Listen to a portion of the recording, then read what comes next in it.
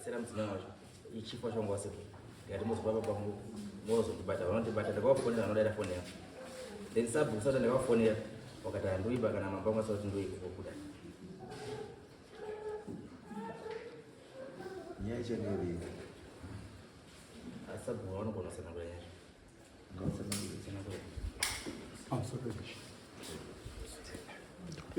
ini sabhuku namakanga ndiri mumhiri kuno kwanyarerwa ndisuruwaridzi waigara munyanga zvatakabviswa takaendeswa pazasi mbijana kubva mukarombe nodzi mukarombe tokatagara muzasi mbijana mekarombe ndokubva tatama nedp tank redu munyanga hospital tichibva tadzika ikoko nedp tank redu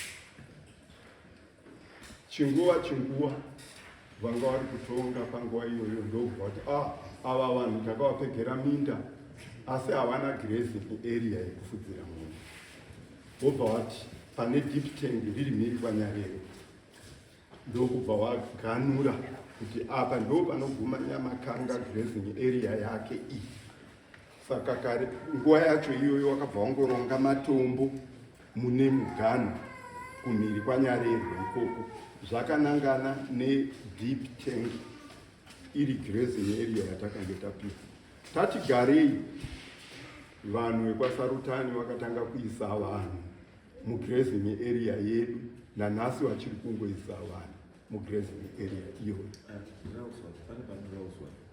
grazing area iri kumhiri kwanyarero here kana kuti haisi kumhiri kwanyarero aiwa iri mhiri kune dipi redu riri mhiri kwanyarero hamusi kupindura okay.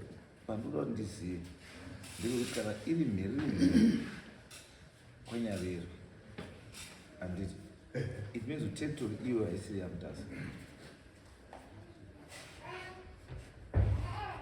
mugano wahata nasaunyama namutasa inyarero saka kana matobira mhiri kwanyarero it means kuti maakupi maakuhata saka kana yadaro imi muchigara kwamutasa asi mine minda iri kwahata inenge isiri dambudziko renyu imi masabhuku navo yanyaya yekuti yakuda inini nahata kuti tigare pasi toona kuti arrangement yakaiswa iyoyo newakaiisa nguva yacho iyoyo inoshanda here kana kuti haidi haishanda because right now ka inini handikwanisi kuti ndidaidze sabhuku wahata kuti uya kunoku andi mambo wake hata wacho haazivi kuti sabhuku wangu wadaidzwa namutasa because ya area iri outside my jurisdiction mona nyaya yacho payamamiri yakaita kuti arrangement yakaitwa yakakanganiswa pekuti haingati vanhu kwekugara garai kwamutasa asi kwekufudzira mombe endai mufudzire mombe kwahata kucreata cheikoko iconflict and because hata namutasa unozwa kuti mugano wavo ndinyarero kana ukangobirawo uri kwahata ukangobira nyarero uchipinda munyanga kuya kutauni kunoko watokwa mutasa asi ukabirawo nyarero uchibva kutauni kuno uchibira kuenda wako ani kwasaunyama wako hata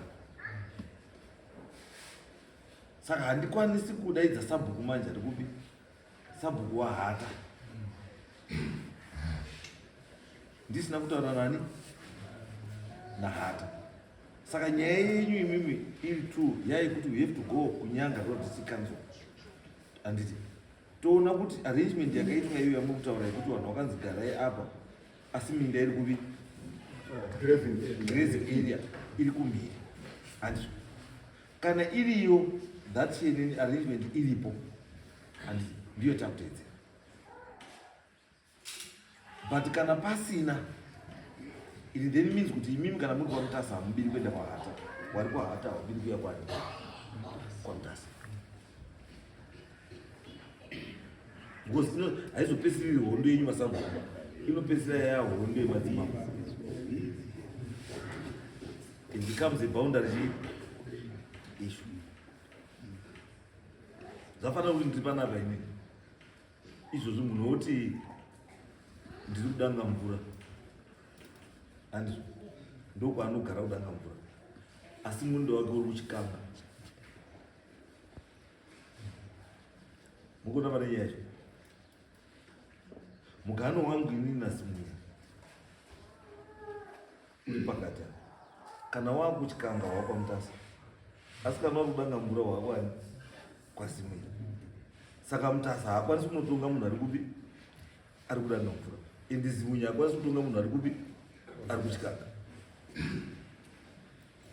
Ndopane chii ndopane nyaya. So kana ariwo mamiriro akaita nyaya it means kuti inini ndindafanira kuengejana mangwata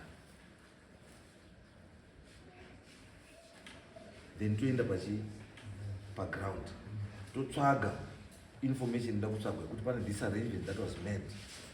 Arrangement iyo ichiri kuapply here kana kuti ichiapply kana kuti inoshanda here kana kuti haishandi. Asi apa pesa mamurungogeza zviri ikoko. So taiendesa chokwadi mundi ikoko asi wakatanga kuita seresettlement kungotengesa nzvimbo iyoyo ndiyo itori nevanhu vari kuiswa naiye sabhuku Sarutani. But mungonenya kupanutwa ndiri kupanzwa sabhuku Sarutani handiti ari under chief Hata in the grazing area yamutaura nezvayo iri under chief Hata. Murikuona ndikuona bezvinhu zvandikuita kutaura. Saka ndiri kuti inini kana iri part of resettlement yenyanga paine documentation to that effect yekuti kwakazi vanhu vachagara uku asi grazing area ndepi ndeiyi kana mapepa aripo handiti then izvozvo ndizvotava kuchitarisa naHata manje tochiwirirana kuti aiwa no iyi grazing area ine mapepa ayo ngaichiramba yakadini yakadaro. Asi kana pasina mapepa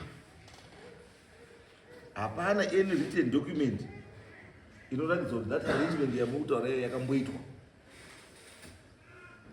Zvine zvavo kuti munhu umwe naumwe agare kwake. Kwamutasa ogare kwamutasa, ukaHata ogare kwati kwati. Because chinonetsa manje kuti ndikakubvumidzai kuti ndimende grazing area kwaHata handiti it means ndaolder boundary ramutasa nani naHata.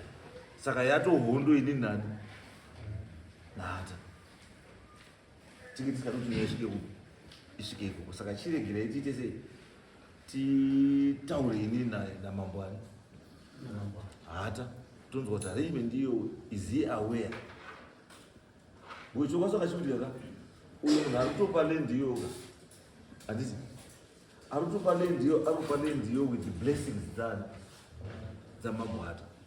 So in actual fact you are not fighting sabhuku muri kufaita ani mabwata. Atika muri kuona nyaya ichi ziri kutaura ndisiwe ndokuti zvinhu zvakamboitwa panguva iyoyo hazvichasenzi. Ndati zvinosenza asi tinoda kuti tiende kunyanga rural district council tonoona mapapers amukutaura iwo nekuministry of lands ekuti vanhu people were resettled kubva paunga wari handiti ndobva wazichienda mugare papi asi grazing area yacho iri papi mhiri kwani kwanyarera handiti yobva ita was grazing area yacho kubva pakati kusvika pakati.